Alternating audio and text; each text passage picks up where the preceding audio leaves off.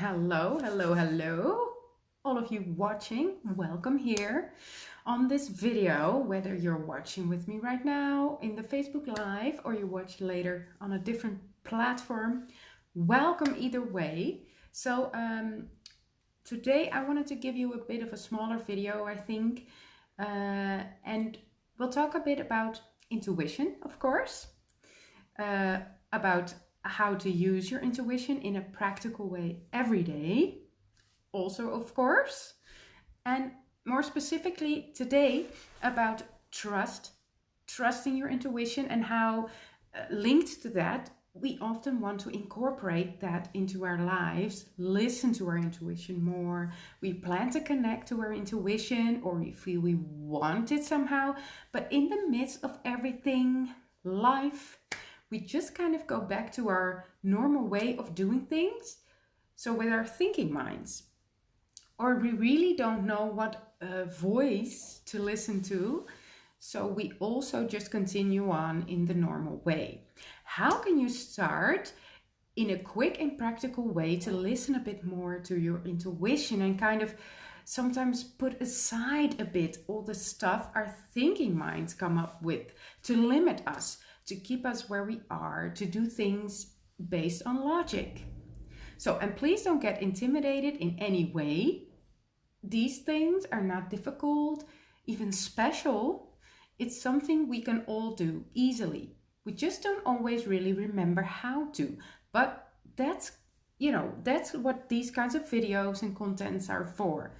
So stick around to find out how you too can connect to your intuition, trusting it, and start actually listening a bit more too.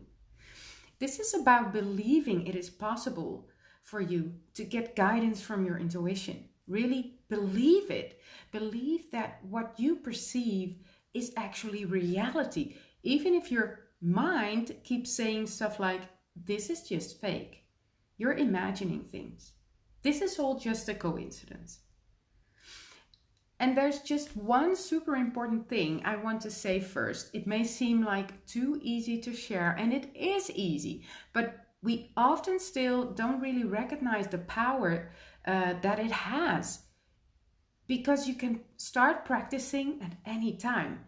Right now, you can spend 5 minutes connecting to yourself, giving yourself your undivided, loving attention. And that's enormously valuable to build trust in yourself, to build your self-love. These things all go hand in hand, and it doesn't require much. And if you give yourself some moments, the effects can be really very strong. Okay, so there are 5 steps I see when it comes to trusting and listening to your intuition more.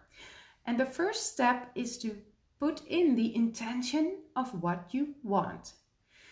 This is so important for when you want to connect to yourself. Listen more to your intuition, and not always to only your thinking mind, your logic, your reasoning. If you notice that often you realize while you wanted to spend time on self-connection, self-care, self-love, you end up not doing it. You know what I mean? You thought you would start off your day just sitting or journaling, reading, taking a moment to receive messages or priorities for your day, or ideas, whatever it was that you envisioned for yourself during a moment of self-connection. It very often happens that we find other things to do instead of that. And another thing that happens so often in working with our intuition more is that guidance in the form of ideas, in form of images we see outside, maybe thoughts, people we meet, the things that those people say, we don't realize or recognize and acknowledge that that could have been a form of guidance for us. Most of the time, our thinking minds are super quick to nip that in the bud. So even if we started to consider that it was our intuition maybe telling us something, often we quickly put it aside again immediately as a coincidence, or not meant for us, or just a thought, or just some random situation. You see? So a first very important step we can take when we want to involve our intuition more in our lives is to state that you want something else.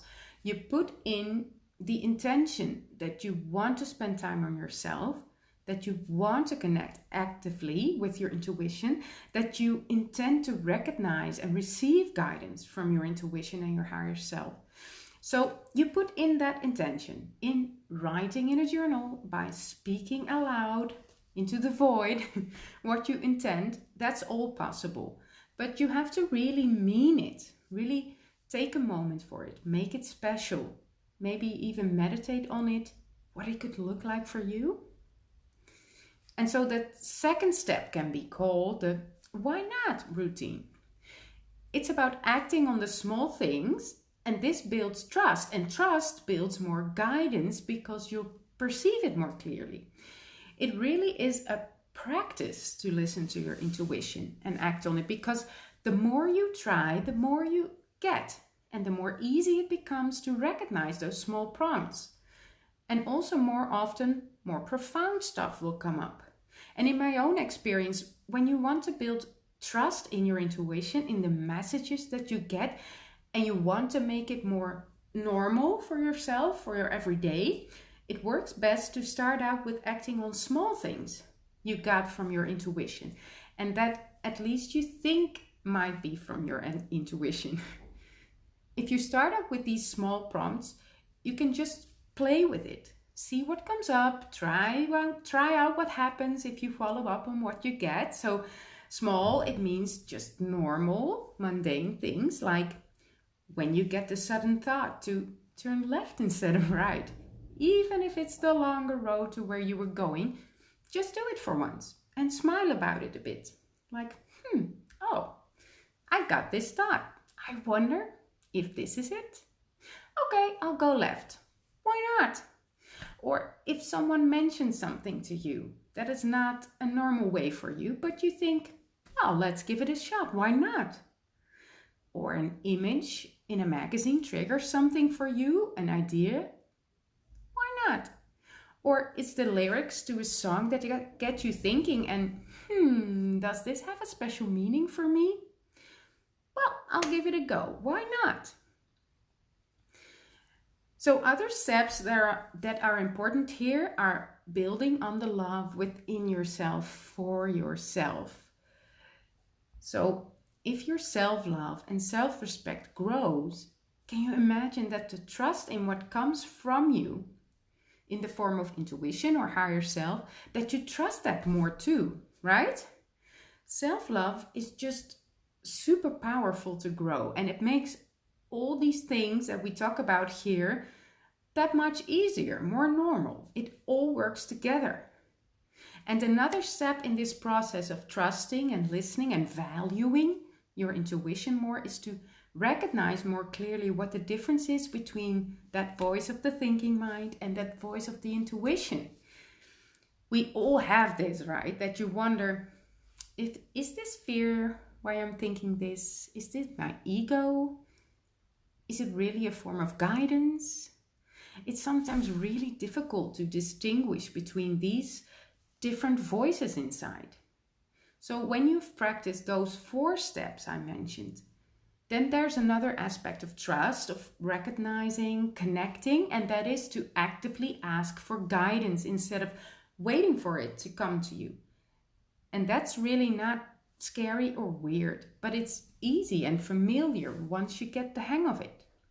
So all these steps you can learn more about in the Trust Your Intuition mini course, where you also start to do the actual connecting to your intuition. So no more excuses, we're doing it. And it doesn't cost much time at all, and that doesn't mean it's not powerful.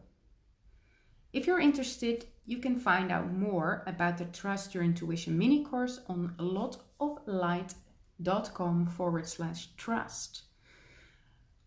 Okay, start out with the tips from the video. Put in your intention and just start trying out those small prompts and see if that helps with your trust, belief, and the willingness to actually connect a bit more. So thank you for watching today. Hopefully I'll catch you another time here or in my courses or in my emails. And goodbye for now.